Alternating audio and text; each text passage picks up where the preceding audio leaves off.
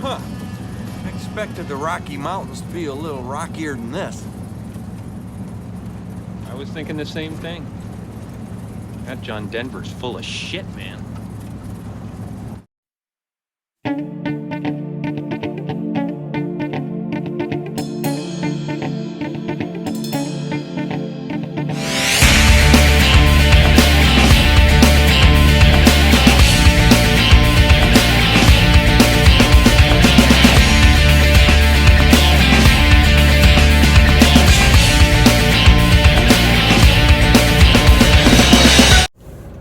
What's going on, guys? How is everybody doing today? It is Tuesday afternoon, June 8th, and yes, I'm in Colorado.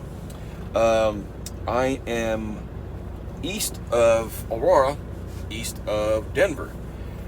Did my 34, guys. Did my 34 over the weekend. I had an early. Didn't know I was Irish. But anyways, guys, I had an early drop this morning. 4:30 in the morning, and now I have a late pickup today. I'm picking up today in Aurora.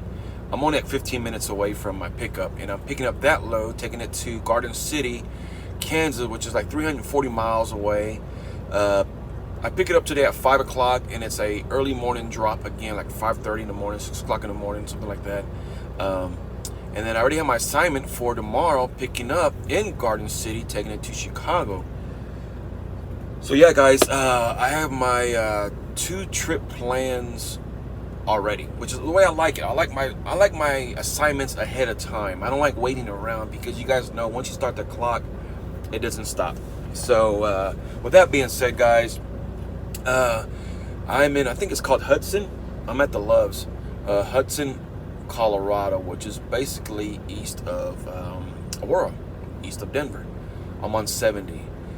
But before I go any further, guys, go any further, my thoughts, my prayers, my condolences to all the families that were affected in the Uvalde elementary school shooting a couple of weeks ago.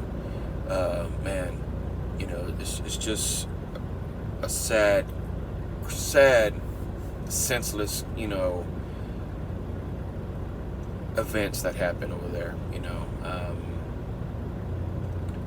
My thoughts and my prayers, go out to the family. 19 innocent children, 10 years old, were taken, from that community, from those families, and two school teachers. Okay, and then shortly, one of the husbands of the school teachers that passed away, hours from placing flowers at his wife's memorial cross in front of the school, passed away from a heart attack. So yeah, man, my heart, my thoughts, my prayers go out to those families, and then also, last week in Jordanton, Texas, which is south of San Antonio, a grandfather and his 3 grandsons were killed by that escaped convict.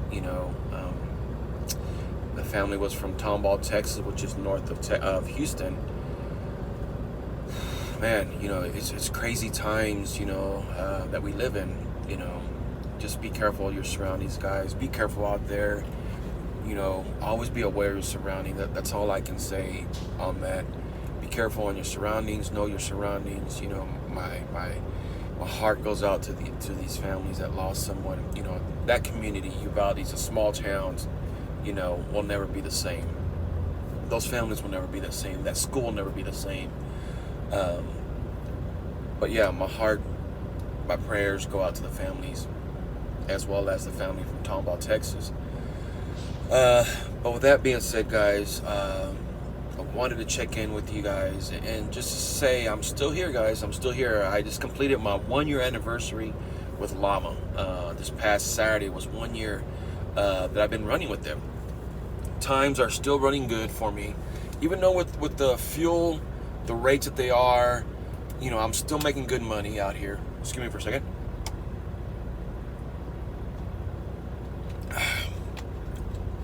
My energy drink.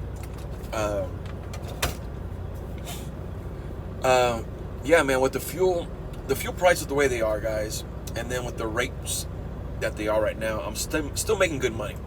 Now, I watch a lot of YouTube videos, guys. I watch a lot of YouTubes. I watch a lot of YouTubers that are out there, and they talk about their settlements, and they talk about how they're running, and because we're a big community out here, right?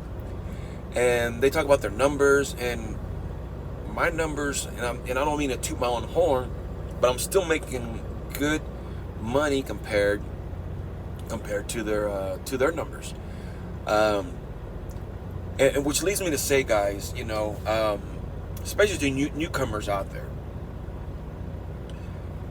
to be in this industry, you have to weather out the storm sometimes. You have to weather out, trucking is like a roller coaster.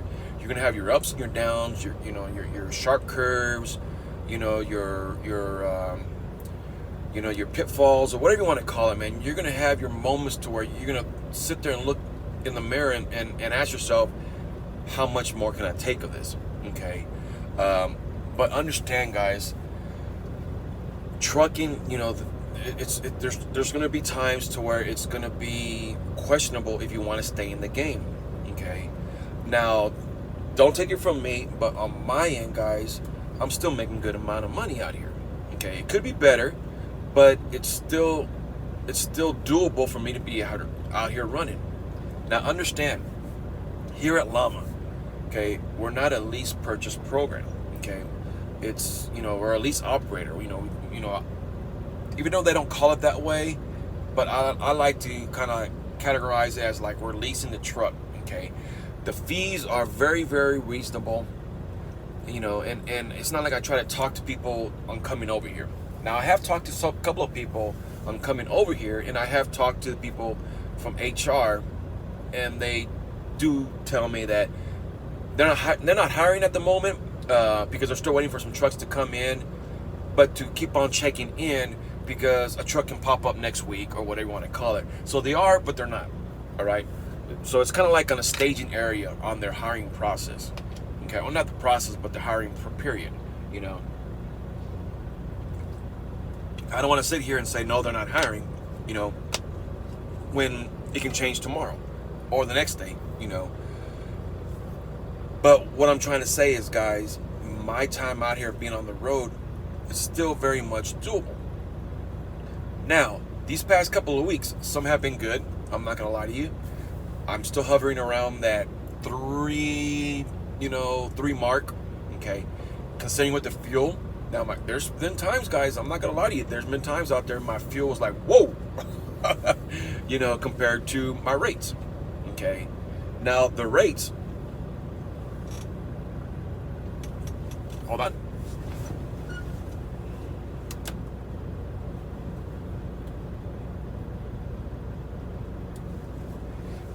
All right, sorry, it's my daughter.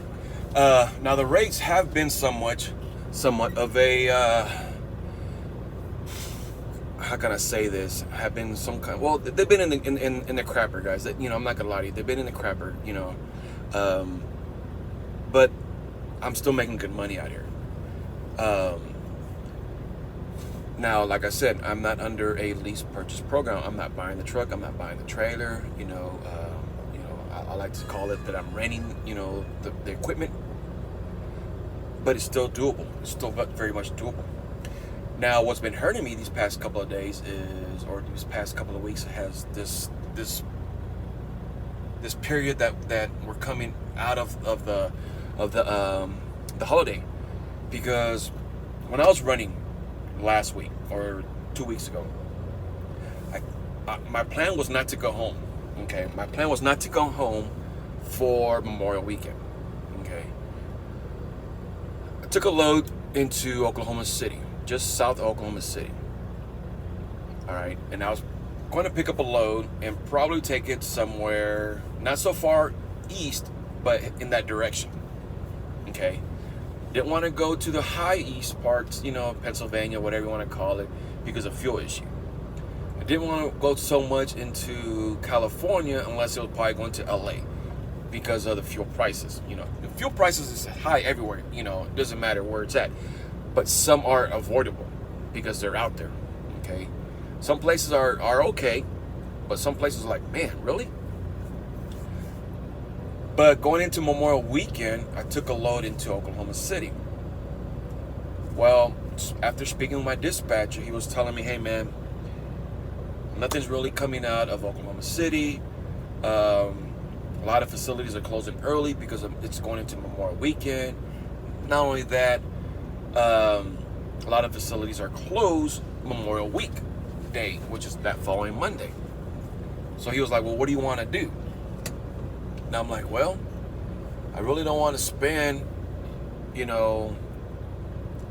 my whole weekend at a truck stop, picking up a load and then sitting somewhere. If I'm going to do that, I might as well sit at home. So find me a load going home, which we did. Picked up a load in Altus, Oklahoma, which is basically southwest of Oklahoma City. Been there before. And it was dropping off in Houston, Baytown, which is Houston, that Tuesday morning. And then I was going to hit the road again. Fine, cool. Picked it up. I was only like 8 hours away. Was able to see my son play. Got there Tuesday morning. Did all my shopping. We went to my in-laws' house. We still have the house. Let the kids swim a little bit, hung out, whatever you want to call it. Did a little bit fishing, not that much, because they live close to St. Leon. But anyways, do my shopping and everything like that. So the Tuesday morning, I head out, go to the facility that's on the BOL, get there, and they tell me, no sir, this load does not go to this warehouse, it goes to another warehouse. I said, okay, so fine. Go to that warehouse, which wasn't that very far. It was like 15 miles away. Okay, if that, maybe more. Let my dispatcher go, hey man, I said, to let you know, man, I have to go to different warehouses, not going to this facility. So I go over there. I've been there to this facility before. I was there for about 4 hours, and I told them, I was like, crap. Been there before. I hope it doesn't take as long as it did last time. Okay. Because I had already load picking up that day, and I was heading out. And I want to say I was going to Iowa, Mississippi. I don't know, one of those two. So I get to the second facility, go check in.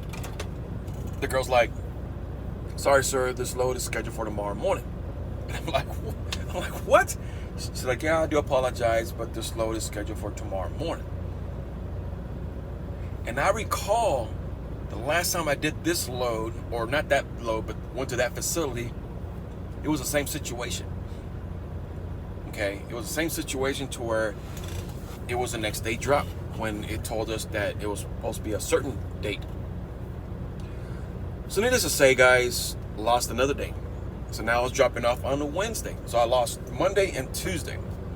I did get a layover along with some detention and whatever you want to call it, but it doesn't fit the crime, so to speak, okay? Because I lost a whole day. So now I lost 2 days, Monday and Tuesday.